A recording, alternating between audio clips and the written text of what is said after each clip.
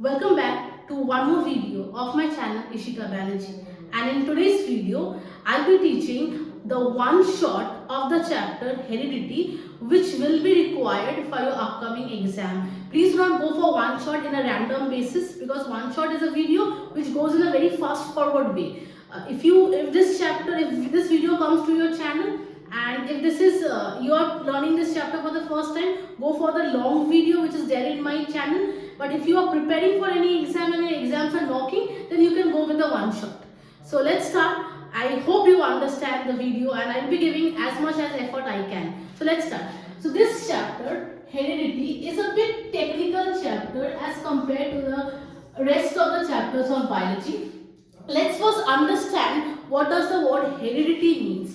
So from our parents, there are few things that we get, like we look like our parents, not completely, but yeah, there are many things which are common. So these things, the characters which are transmitted from parents to us is known as heredity. So the transmission of what are we getting from our parents? The transmission of characters from parents to offspring is called heredity. And the study of heredity is known as genetics. If a question comes 1 mark, what is genetics? Do not directly write the study of heredity. We will be writing the whole thing. The study of transmission. See, I am going in a bit fast forward way. You can pause and then write the definition. The transmission of characters from parents to offspring is called heredity. And if it is coming, what is genetics? The study of transmission of characters from parents to offspring is called genetics. So somebody must be the first one who have studied about this. So the father of genetics is Gregor Johann Mendel. Is it clear? Being a scientist, whatever they choose, there must be a reason. So he conducted the experiment in pea plant. This is also a 1 marks question that comes in the paper. This is a 1 marks question, this is a 1 marks question. And the scientific name is important. The scientific name is Pisum sativum. Scientific name, so you have to underline this. The first letter of Pisum will be in capital, and the first letter of sativum will be in small. This is important, otherwise they will be cutting marks. Now, the next question that automatically comes, why pea plant? There are so many things he can take. Why did he choose pea plant? The first thing is, it is easily available. You will be getting, I will be getting, we all will be easily getting. So it is easily available. Second is, it has got a short lifespan. And the third one, I guess you will not understand this one. I will be making this 7 contrasting pair of characters were available. Clear? The thing is, in any experiment, there are hundreds and thousands of failures. So getting something which is easily available is easier, because maybe he will be failing for 100 times. So he will again get a chance. So the thing is easily available, short lifespan, because fatapat it will be able to reproduce and he will be able to understand the difference. And 7 contrasting characters, let's go with this. Achha, let me just clear one more thing. Contrast means what? Something parallel, right? There are 2 words. One is dominant and the next one is recessive. Dominant means somebody who is able to express, who is ruling. In simple word we can say who is ruling. And recessive means somebody who is not ruling, whose words are not taken much into action. That is in real life, but in genetics, dominant means who will be able to express in the next generation. Recessive means who will not be able to express in the next generation. So let me make a chart. You can copy this or you can take a screenshot of this. This is the introductory part. Now we'll be going to, there are 2 crosses and a question of minimum 3 to 4 marks is guaranteed from the portion that we'll be doing now. So we'll be doing 2 cross, monohybrid and dihybrid. Let's start with the cross. After doing it, you can practice many sums from different papers, but let's start with the cross now.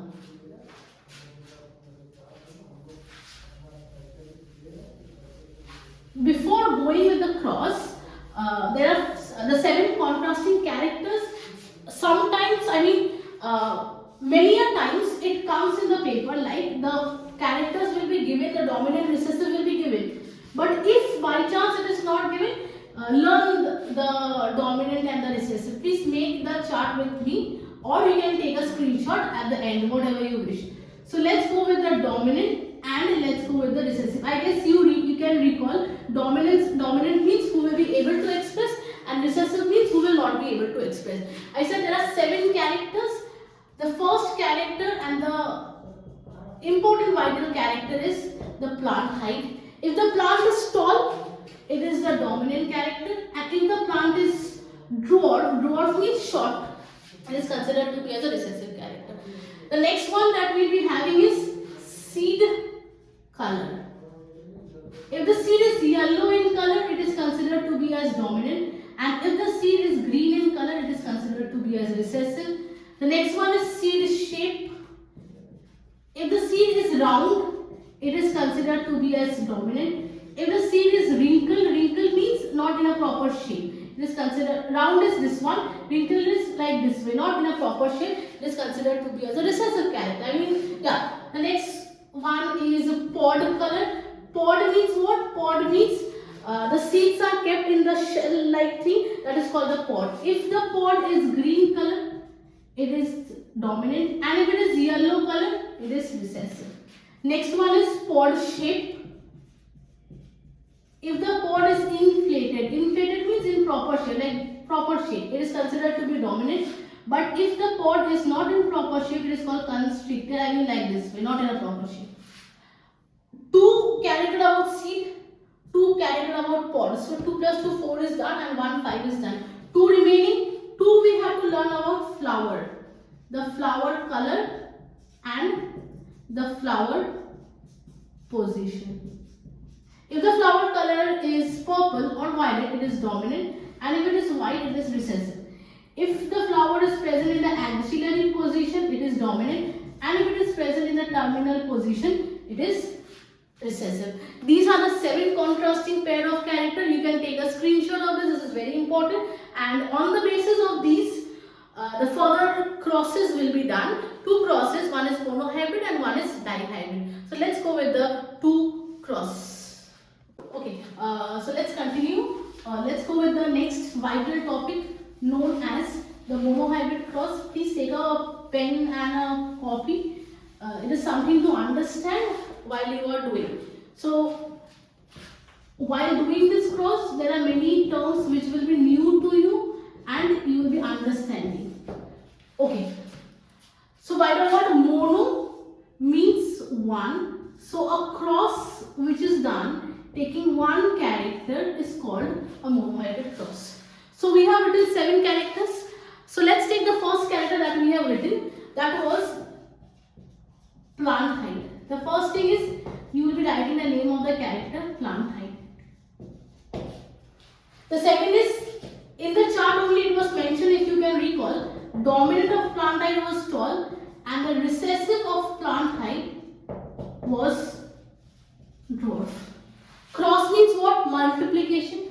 So you will be multiplying the dominant character with the recessive character. Following the pattern is very essential. Copy the dominant and copy the recessive. Now comes the main twist. The main twist that comes is dominant will be writing in capital letter and recessive will be writing in small letter. So the dominant of tall is T. T is tall starts with T. So you will be writing here capital T, capital T.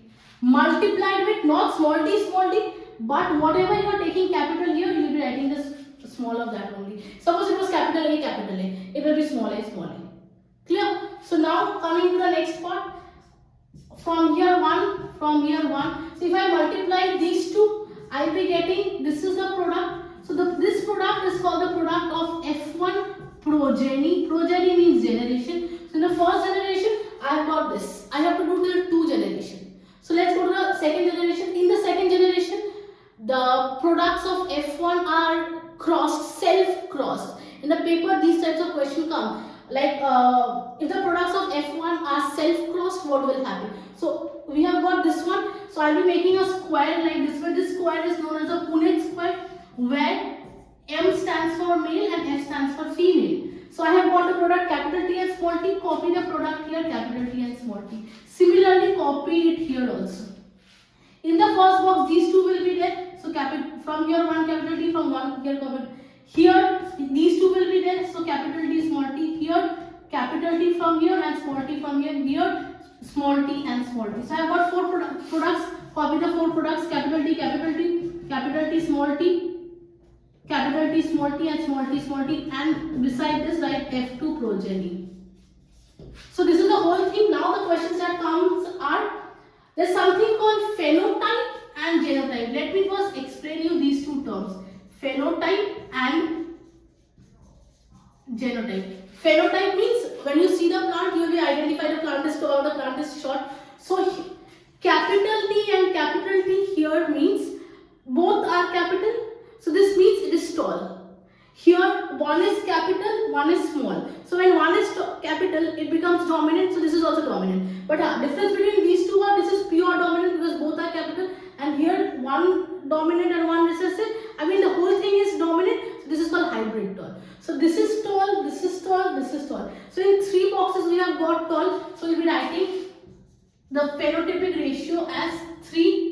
And in one box you have got small t, that means it is tall. Both are small, so it is recessive. So it will be 1. So tall is to dwarf. This is the ratio which comes for 1 marks, 3 is to 1. Now coming to the genotypic ratio. Genotypic means the set of genes. Mentioned there, it also comes in the paper. What is genotype? Set of genes. Phenotype, the physical appearance of a person, the physical observable characters that are there. So genotype is in one box we are getting both capital. So this will be 1. In two boxes we are getting capital T, small t, so it will be 2. And in one box I have got small t, so it will be 1. So this is my genotypic ratio. If you did not understand this once, go through this twice. This is a whole cross. If you have any doubt, you can see it twice or thrice. Practice with 7 characters. I have done this with 1 character. You will be doing this with all the 7 characters for your practice, and then go with the PYQ questions. If possible, I will be doing the PYQ of these questions. So this is the first cross known as monohybrid cross. Why mono? Because a cross that is done with 1 character is called a monohybrid cross. Let's go to the next, that is dihybrid cross. So let's start with the dihybrid cross. In the dihybrid cross, few things will be common, few things will be changing, like these parts will be changed.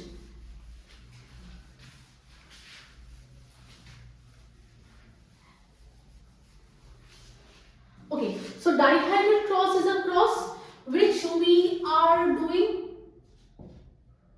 Let's start with the dihybrid cross. Dihybrid cross is a cross which is done, di means 2. So it will be done with 2 characters. Suppose the most common characters, there were 7 characters. Let's take the 2 characters that are seed color, characters will be mentioned in your paper, and seed shape. 2 characters I am taking. Seed color dominant was yellow and seed shape dominant was round. Seed color recessive was green. Seed shape recessive is dwarf. Clear? Similarly, these patterns will be same.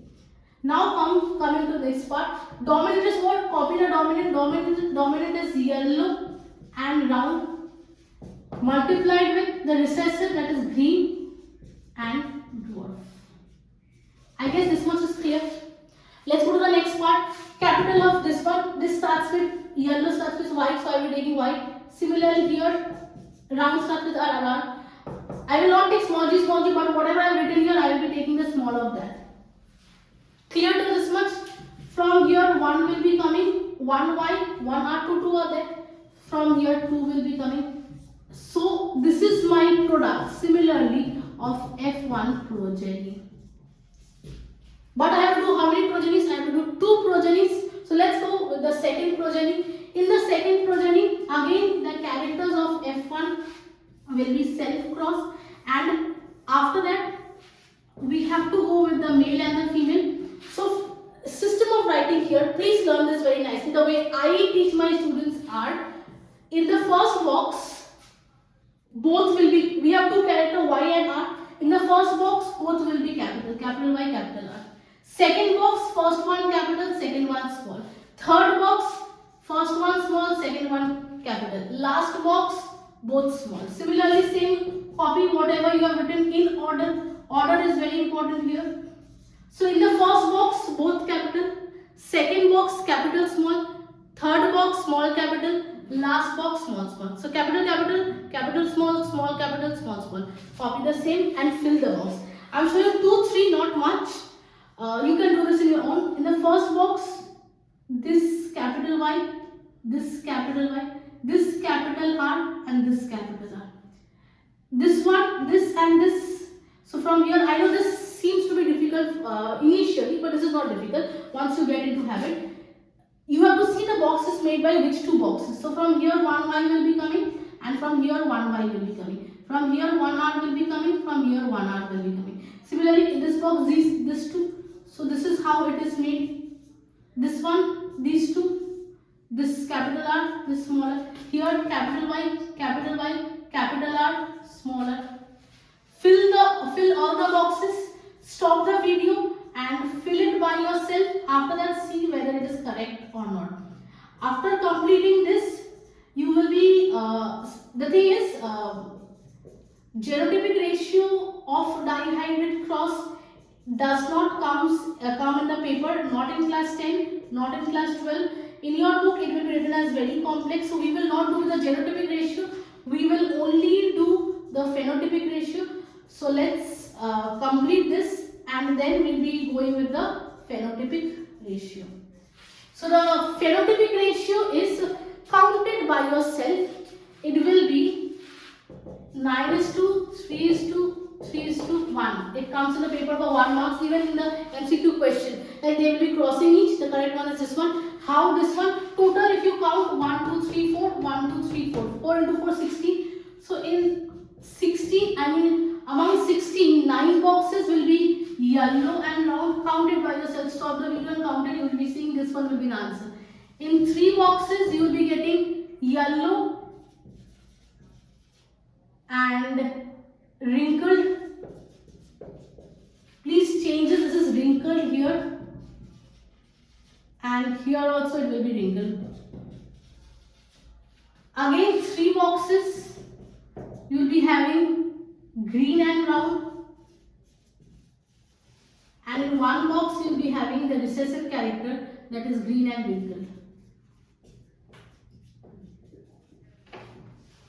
This is what the ratio is. Just minor changes to be done. The dominant of this one will be round and wrinkled. Just 2 changes, and rest everything is same. I guess this is clear to you or not. This is how the thing is. If you have any doubt, you can go with the video in the channel. It is done in a proper way. This was in a fast forward way. So the last topic that we have is sex determination. As this is a one shot, again and again I am saying we are going a bit fast way. The thing is, in our body, total 23 pair of chromosomes are available, and if number of chromosome comes, it will be 46 chromosomes. This is a prior mistake that people make. If it is paired, it will be 23. If it is normal, how many? It will be 46. Now this is divided into 2 halves.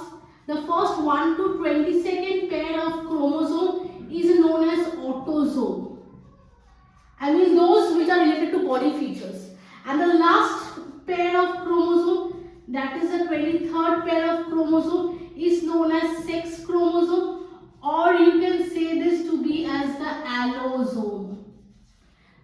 Determining the gender, always remember males are XY and the females are XX. So if this X and this X binds together, it will be a girl child. And if this Y and this X binds, it will be a boy child. So can we say there's 50-50 chances of having a girl and a boy child? Completing this X with this X, similarly X and X girl, this with this X and Y boy.